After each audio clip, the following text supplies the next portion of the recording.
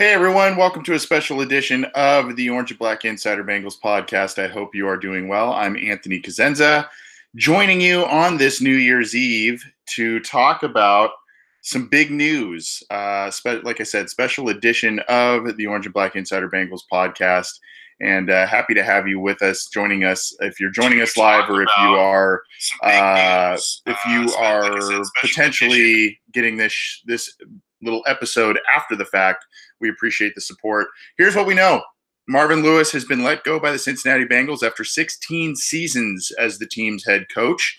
And the Bengals are now in search of a coach. This seems to have been a Mike Brown and or management ownership decision. Whoever you want to potentially give the tip of the cap, I guess, to on that. Marvin Lewis leaves the Bengals with the most wins by any head coach in history, the most seasons coached by any coach in team history as well. So there's a lot to there's a lot here. There's a lot of history here, obviously, and things with the Bengals are now greatly in flux. I think a lot of people, even up and through yesterday, thought, they'd give Marvin one more year. They'd let him bring in potentially Hugh Jackson, Vance Joseph, maybe get, an all-star cast of assistant coaches, if you will, to potentially come in here and coach the team going forward. But it seems as if that's not going to happen. That doesn't mean that Vance Joseph or Hugh Jackson aren't part of the long-term plans. It just means that, they are going to move in a different direction, and the Bengals they've got a lot to sort out here, because now there's a lot of questions that now come up about the roster now that Lewis and his quote-unquote guys are gone. We're going to try and get to some questions here at the end. This is going to be a very brief episode here on New Year's. We're going to let everybody try and enjoy their holiday. But obviously, this is something we need to talk about. Here's what else we know aside from Lewis being let go and it being seemingly a management decision, so a firing, if you will. That seems to be that's kind of what's going on. The Bengals have probably their candidates that they want to interview, and then that they're lining up. There seems to be, I believe, last I checked, 8 coaching vacancies around the league. The Packers, the Cardinals, the Bengals, the Broncos, among many others. So there are some interesting names out there, some that have been connected to the Bengals, some that have no connections to the Bengals. And, that's kind of where we're at right now. I want to I guess before we get to some questions and comments, I want to say this. There's a lot of cynicism I'm seeing already in the live YouTube chat. I think it was Call Me Mark by Marvin. Do not hire anyone internal to replace him. So there's a lot of celebrating with Marvin Lewis's exit, and I think that's to be expected. But I think we also need to at least take a minute and thank Marvin Lewis for what he did for the Cincinnati Bengals. If you were here for the 2002 season and you remember how dreadful that season was before the season before Marvin Lewis took over, what he did in 2003, what he did in 2005, what he did in 2009, and then obviously from 2011 through 2015, it's something to be marveled at. And this is a necessary move, but I think we would be not remembering history correctly if we didn't at least thank Marvin Lewis or have some level of gratitude for what he did for the Cincinnati Bengals. And unfortunately, this is something I've been thinking about a lot this season. Andy Dalton and Marvin Lewis are two of the better guys in the league, better men in the league in terms of character and whatnot. Yeah, Marvin got terse with the media and all that stuff, but they are two of the better guys in the league and two guys that deserve a championship for the things they've done for the Bengals, in the community, all of that stuff. Unfortunately, I don't know if the skill levels of both of those men in the NFL will translate to a championship. Now, Marvin already has one, as an assistant, but I'm talking as a head coach and obviously a starting quarterback in Andy Dalton. So I think we should start kind of by saying thank you to Marvin Lewis for his time in Cincinnati. There was a lot of frustrating moments. Some of those were out of his control. He didn't control Carson Palmer getting hurt in the wild card game. He didn't control Andy Dalton getting hurt in the 2015 season, where it seemed like they were poised to make a very deep run there as well. So you can only blame him for so many things. And, there are the other playoff losses, though, are on him, right? I mean, the Houston games, those were deplorable performances. And in some of the primetime games, just were not prepared. At any rate, that's now in the past. And the Bengals are looking to move on from Marvin Lewis and a possible new head coach. And there's some questions and comments I'm going to try and get to here. I love this one. Curious how the players feel, by Michael Myers in our live YouTube chat. That's interesting, because yesterday I was thinking back. I don't know if you remember this or not, but there was a time in I believe it was, gosh, when was it? They were interviewing Giovanni Bernard a couple of years ago, I believe. Maybe it was last year. I can't really remember. It was one of those times where Marvin Lewis got an extension and came back. And they literally broke the news to Bernard on camera. And, of course, he was cordial and oh, really? That's cool. Okay, Marvin's back. Cool. But he wasn't overly jubilant, at least not in a moment that seemed to be pretty candid and surprising to him. So I'm curious to know what the Bengals plans are, or the Bengals players' mindsets are. If you remember, also, for those of you who follow on Twitter, if you follow Carlos Dunlap on Twitter, there were a couple of seasons, especially in I believe it was 2016 and 2017. Now this year he couldn't really complain because he got a big contract, but in 2016 he put out some cryptic tweets that kind of questioned what the Bengals were doing in terms of free agency, helping the team, and all of that. Marvin Lewis, obviously, kind of one of the spearheads of what they were doing or weren't doing in those facets. So I think for a lot of those players, I think they liked Marvin Lewis. You saw at the end of 2017, they didn't give up. They had some nice wins at the end of that year. They played hard, even though they were decimated. They played hard against the Steelers in Week 17 this year. They played hard against the Chargers a few weeks ago. They played, they didn't really give up on Marvin Lewis. They wanted to play for him, but I think everybody is kind of like, well, maybe even Lewis himself. Maybe it's just all around almost a sense of relief and saying, you know what, this is what needs to happen. I got this. Let's see. I got this.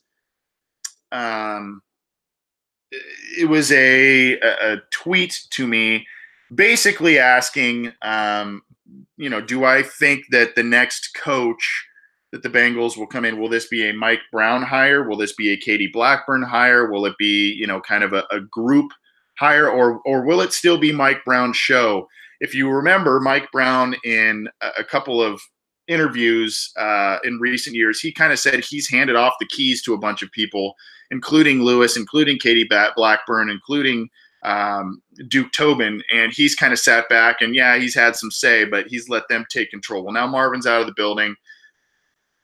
Duke Tobin, a guy who's been lauded for his drafts recently, is now sitting and we're looking at some high picks that have not panned out for the team. So, I'm curious I think that this will be a Mike Brown hire. I think that he's going to kind of assert more power. And that's a little bit what I'm afraid of with this move from Marvin. I think that's really the only fear is not only, I guess, there's the fear of the unknown and potentially hiring someone that, could bring the Bengals back into obscurity. But there's also the issue of the Bengals potentially Mike Brown kind of reasserting control and making decisions that are not beneficial to the team. So, and I think that might be where we're headed. I don't know. I mean, obviously he's getting up there in age and he might just say, I'm still going to make some decisions, but you guys take control. And maybe he hires someone he trusts, like he trusts Lewis, whether it's a retread or whatever, maybe that's where he goes. But for now, I think this is going to be a Mike Brown hire. This is probably going to be, I hate to say it this way, this might be the last coach he hires for this team. So I think he's going to want to have a say, a big say in what the Bengals do and who they hire. This is probably going to be a lengthy process. Some names that I think you can expect to be kicked around in the rumor mill and or potentially interviewed. I think Vance Joseph will be in there. I think also Hugh Jackson will be in there. I think those are guys that'll get looks. I don't know. There's some other guys out there whose names might be floating around. We'll see. But those are two guys. I think you can potentially think about Bruce Arians, Mike McCarthy as retread guys that might be willing to come this way. Heck, I mean, even Greg Williams had a nice run as the interim coach with the Browns. Maybe he's a guy they think about, especially a defensive-minded guy to help build up that defense. We'll see. But those are some names, at least for the time being, that should be kicked around. I think also Eric Bieniemy is a guy, former Bengals guy, a guy that played for the team, knows the organization. Probably Mike Brown has a level of trust, even though he hasn't worked with him at the coaching level, really, but also hasn't worked with him since he was a player, but obviously trusted him enough to be to be on his team. So that might be something that holds some weight with Mike Brown and the Bengals. There's some stuff here.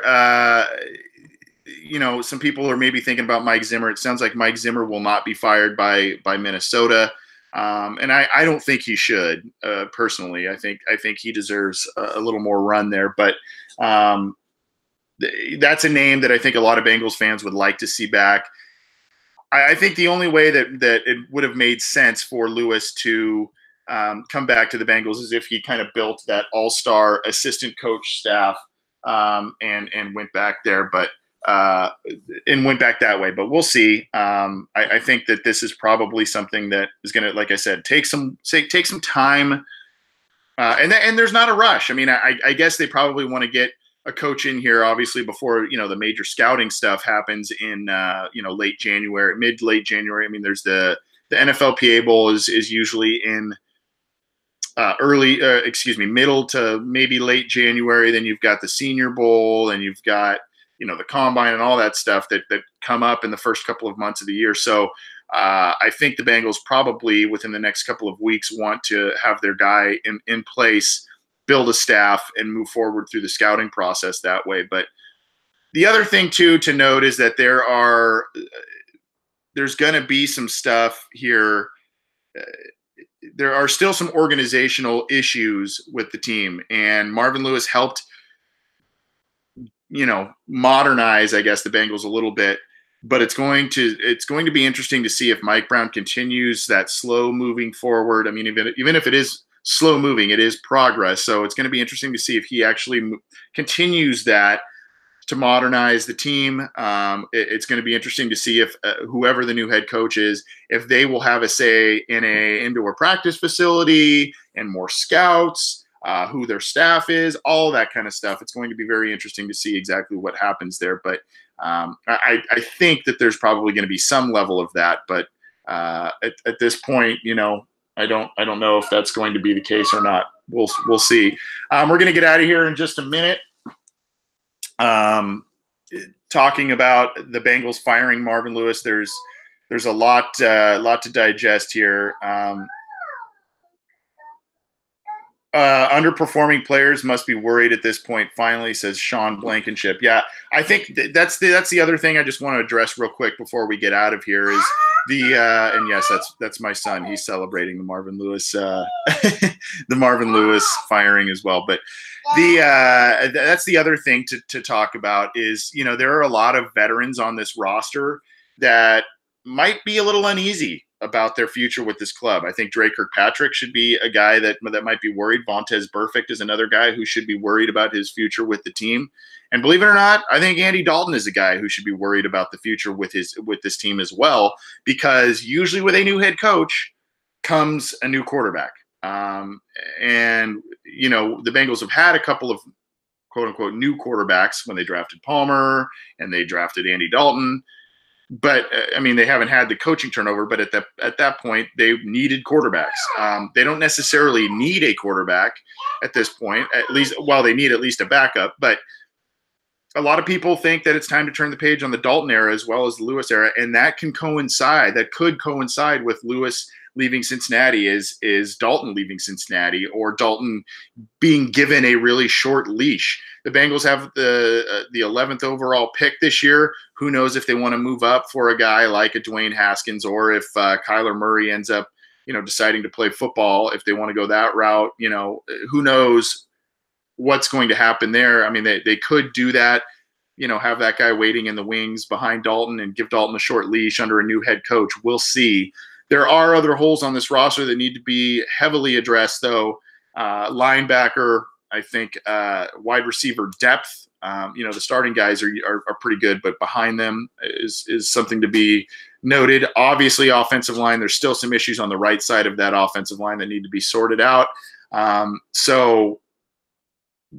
you want to take that top pick and say, okay, well, we're going to go for a quarterback, which isn't a full luxury pick, but is a luxury pick of sorts, and forego a linebacker, forego an offensive lineman, that sort of thing. I don't know. That's gonna depend on the mindset of a head coach. There are some other names floating out there aside from Hugh Jackson, Vance Joseph, Eric Bieniemy.